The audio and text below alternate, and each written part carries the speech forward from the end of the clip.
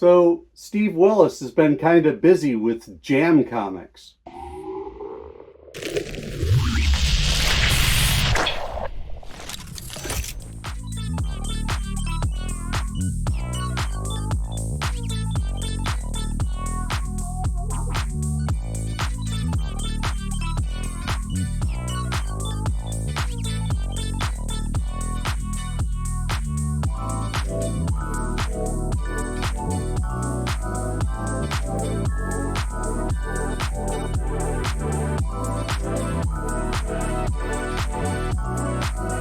And hello everyone, it's Tom, it's FANzine Live. We are doing new releases, and this is a catch-up episode because Steve Willis, over the past couple months, has been extremely prolific with his jam comics.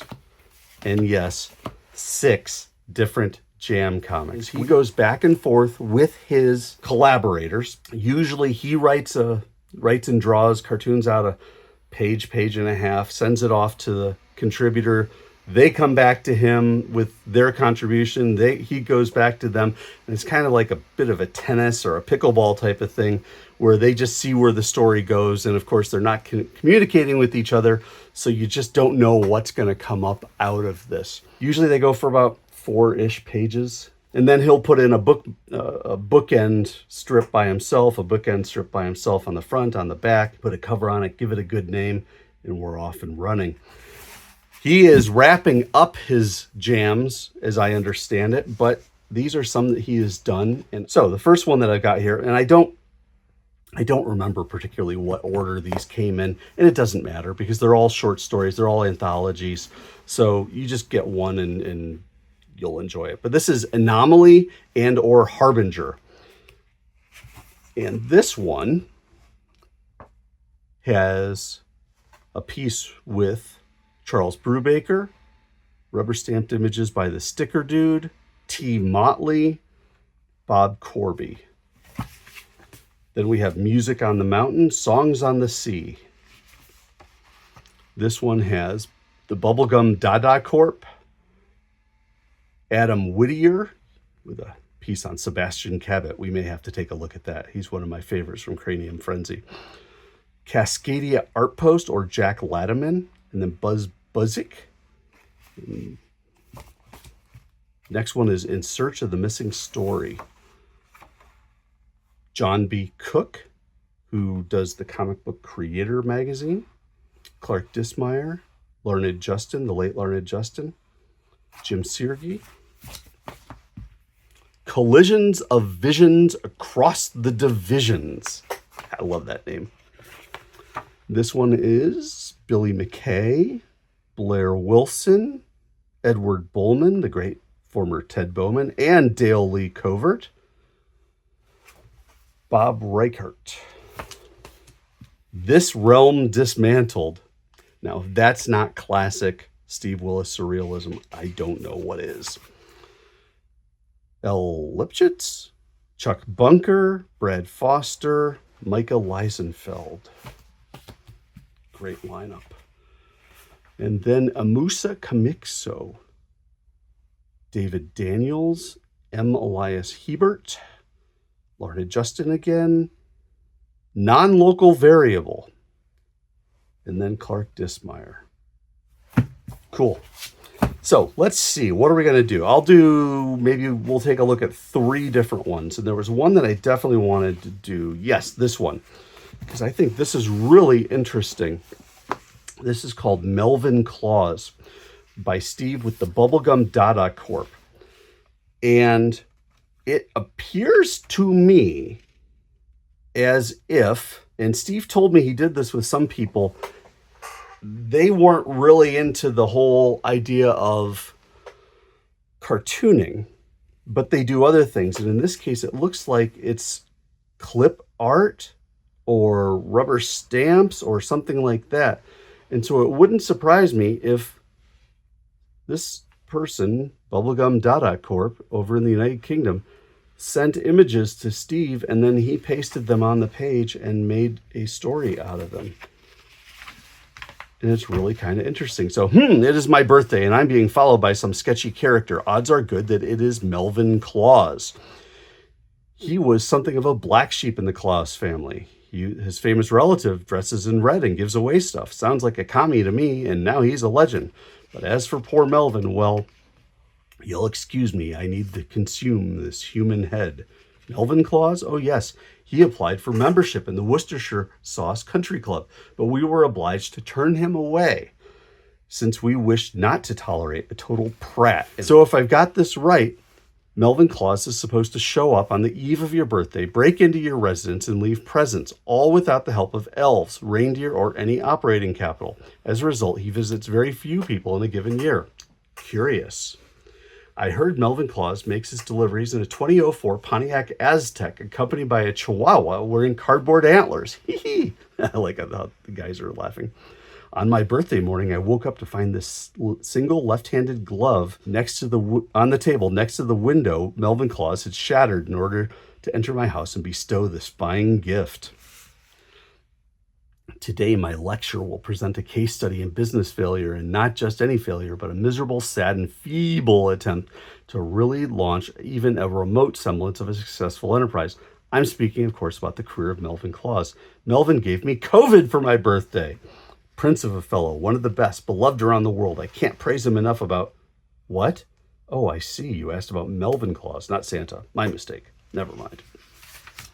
On my last birthday, Melvin Claus left me a clone copy of myself. I must say, we are handsome devils, eh? I attempted to lure Melvin Claus into a giant bear trap by leaving a trail of money in my house on my birthday. It did indeed trap him, but he chewed off his leg and escaped. Melvin Claus gave me a portable nuclear reactor for my birthday. It did not end well. That is a 4-page anthology piece for Music on the Mountains, Songs on the Sea. Steve, you've got an interesting one. Let's see. Let's pull open Collisions of Visions across the divisions.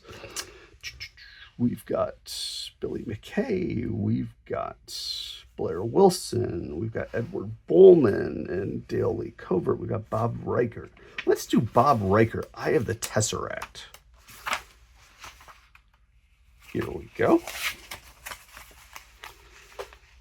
Looks like Bob started this one, because that is not Steve's writing. My Aunt Effie lived alone in a cabin in the woods. One day she found an injured crow. She picked it up and brought it home. Now, as you can see, we switched lettering, which means this was the section that Bob Lee Reichert did. Now we're switching to the section that was done by Steve Willis. But it wasn't physically injured. It was something else. Effie looked in the eye of the crow and saw a sad loneliness. Was she projecting? Did Effie see her own reflection? For several days, she sang songs to the crow while playing her ukulele, told stories, and fed it tasty huckleberry biscuits. Finally, the bird rallied and flew back into the wild. The crow's absence was palpable, but then it returned in a few days with a gift, a gold chess piece, a pawn. Next day, it showed up with a silver knight. Now we switch back. Effie set the chess pieces on her porch. She talked and sang. The crow talked and sang along. I'll call you Fluff, because it goes fluff, fluff, fluff. Over the next days and weeks, Fluff made repeated trips into the woods. He always returned with a chess piece. Eventually, Effie had a complete set. By the next time, Fluff brought a 3D chessboard. They played. Effie chose silver and played first. Not only did Fluff understand the rules, he was a surprisingly good strategist. I know, check. And Effie's all upset. Then one day, Fluff brought something very unusual. At first, she thought it was some form of 4D chessboard, but it was something far more complex. Look at this. Oh, that's wonderful. It appeared to be some kind of portal, but to where? Fluff was beckoning her to follow into the opening. Now Bob gets to wrap it up. Fluff and Effie entered into a place where all of time and space, all possible realities could be experienced, and anything was possible. Crow Woman is at peace.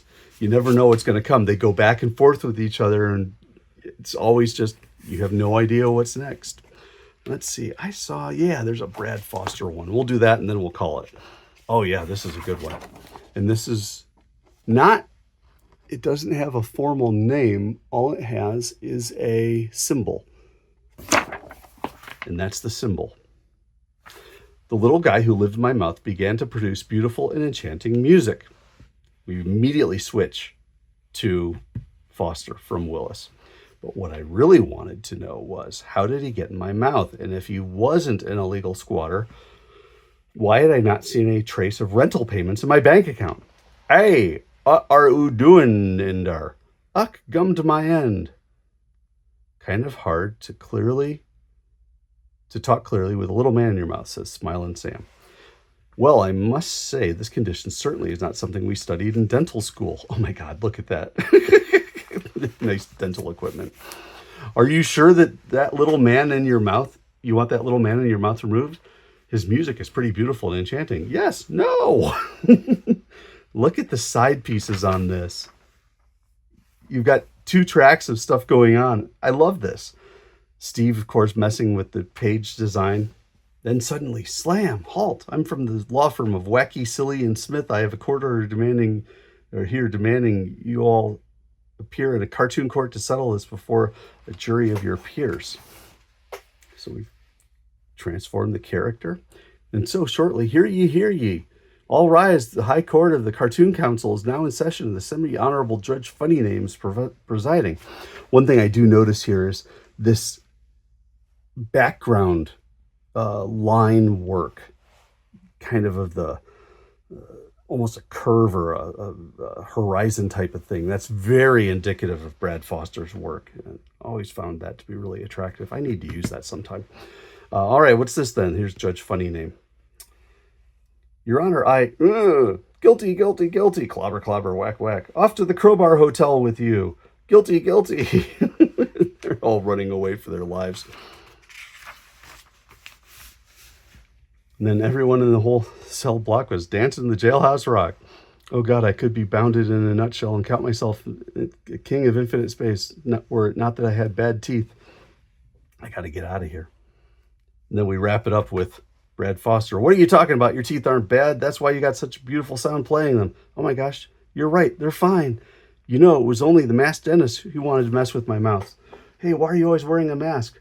Stay away. Don't touch my mask. Yeah. Well, I'm off to new wacky tales. The mask pops off. Not ever the end. And that, my friends, is Brad Foster's version of Morty the Dog. Pretty 6 zines, multiple creators, lots of fun to read. And here's the fun catch. They're all kind of free. Steve Willis prints a certain number of these, has a mailing list. If you send him your zines, he sends you something in return. And that's it. So I will put information on how to send stuff to Steve. He will get to read it. You will get to get a copy of whatever he chooses. Maybe some free Morty comics, those single panel pieces. Could be one of these. Could be an old Cranium Frenzy. Who knows? But this is his stuff, and it's very good. And I'm really excited to share all of it with you. Let me know what you think about these zines, these jams, these anthologies. Is this something you've participated in? What was your experience like? Make sure, of course, to like the video, subscribe to the channel, and leave a comment. And don't forget to tell your friends, because we're trying to figure out how to give Steve's zines away. I'd love to see him go to your friends as well as to you. Thanks again for watching, everybody. This has been FANzine Live. I am Tom, and I will catch you next time.